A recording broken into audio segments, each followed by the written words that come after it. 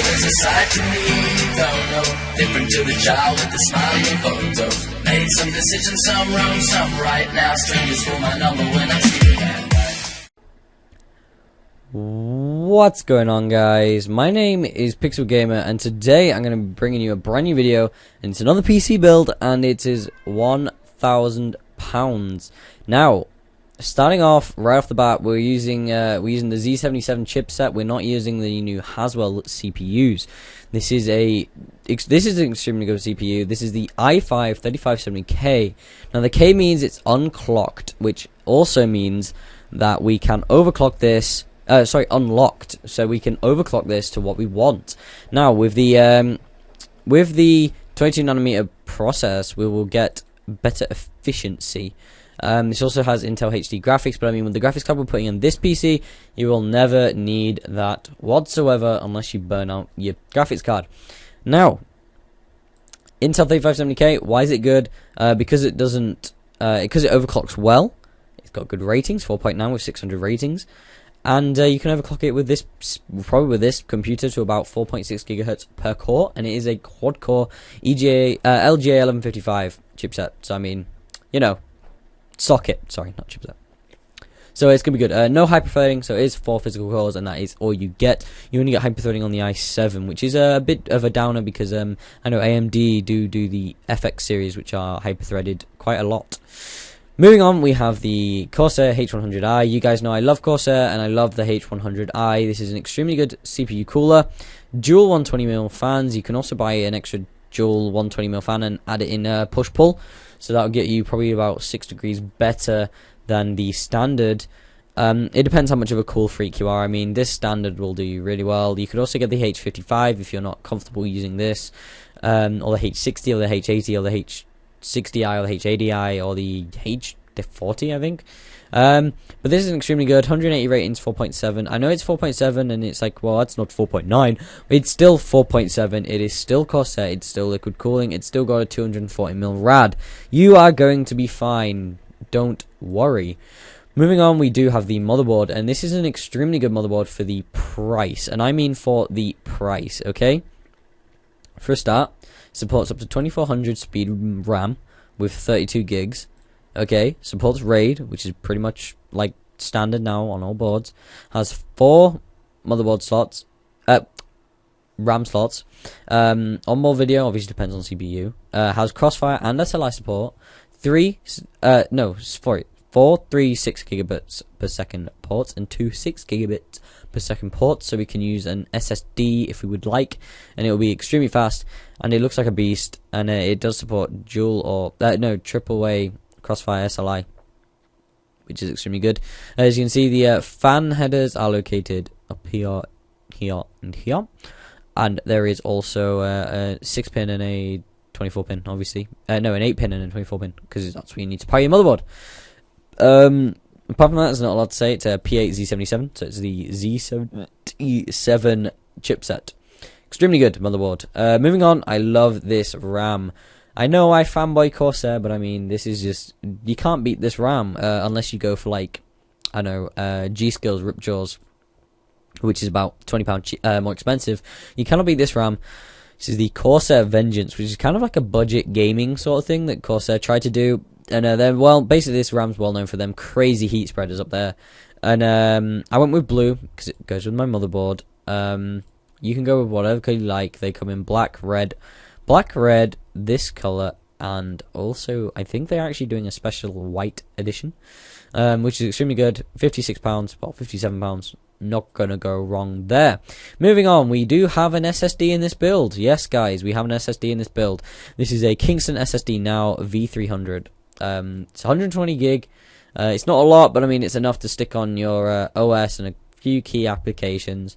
I only use this. I didn't put a bigger like hard drive on there just because I didn't feel it necessary. Because I mean, 120 gigs. That's what like the average MacBook hard drive size is. So I thought, you know, it's like, it's not that much. I mean, you can survive all this lot. And it's £64, which is under, I think it's like That's just under £2 per gig, which isn't a lot.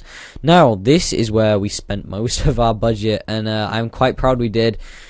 We spent it on a graphics card, or video card, depending on how you would like to take it. And I mean, this thing is a freaking beast. This is the superclocked EVGA GeForce GTX 770. The 770 is the new one with GPU Boost 2. Now, what you don't know if GPU Boost is, what it used to do is it used to ramp up the clock speed of the video card based around usage. But obviously you had to actually hit the point of critical before it would ramp up. But now what they've done is they've incorporated temperature. So if it gets really high, it actually scales it back instead.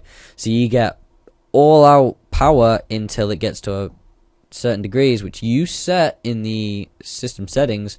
So now you can have an extremely fast GPU, and I mean, it'll run cool because you can set it for what temperature. I mean, you could set it so it would run at like 60 degrees, which is, oh no, that's okay. And you'll probably get like, I don't know, you'll probably get like a gigahertz out of it, probably a little bit more, as it's a 770. You get a DisplayPort, HDMI, and 2 DVIs, which are good, DVI-D and DVI-I, I think it's.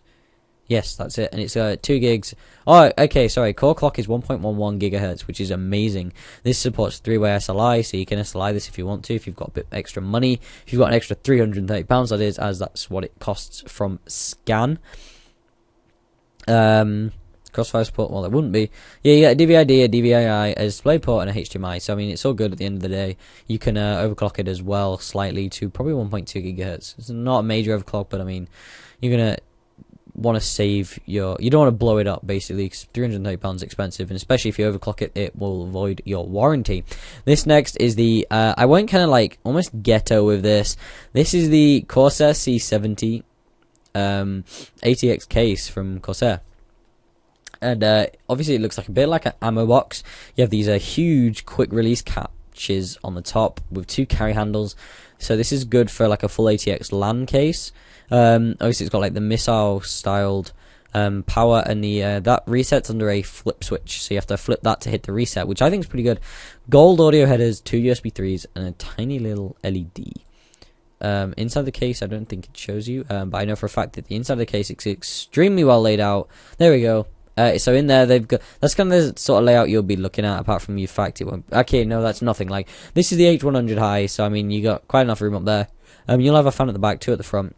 And these massive grommets here for cable management, they look insane, and I love them. I believe that's two, they look like 2 Asus 760s in there. But anyway, so that's extremely good, and they got 64 gigs of RAM, one would assume. It's an extremely good case. And last but not least is the power supply. This one's like kind of scaled down, I guess. I mean, it's not a lot, it's not very expensive. However, it's modular, which is what you would like. You want a fully modular power supply if you want to go all out, or you can go semi-modular. Semi-modular basically means that there's the 24-pin, there's the 8-pin, and I think they include a 6-pin.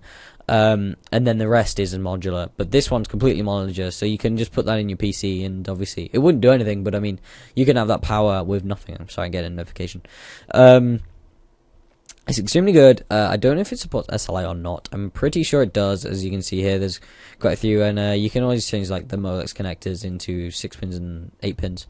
Efficiency is 85% lower. 85%, you'll probably never get below like 60% efficiency, as it is a 80 plus bronze power supply from OCZ, and it's £60 from Amazon, or £80 from Overclockers UK, which I do recommend getting from Overclockers.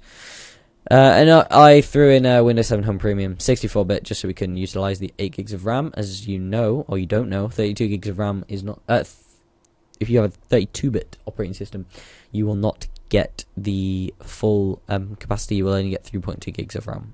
So anyway, this has been Pixel Gamer. Thank you very much for looking at my £1,000 PC build. I do hope you enjoyed it, and I will be seeing you in another video. See you later!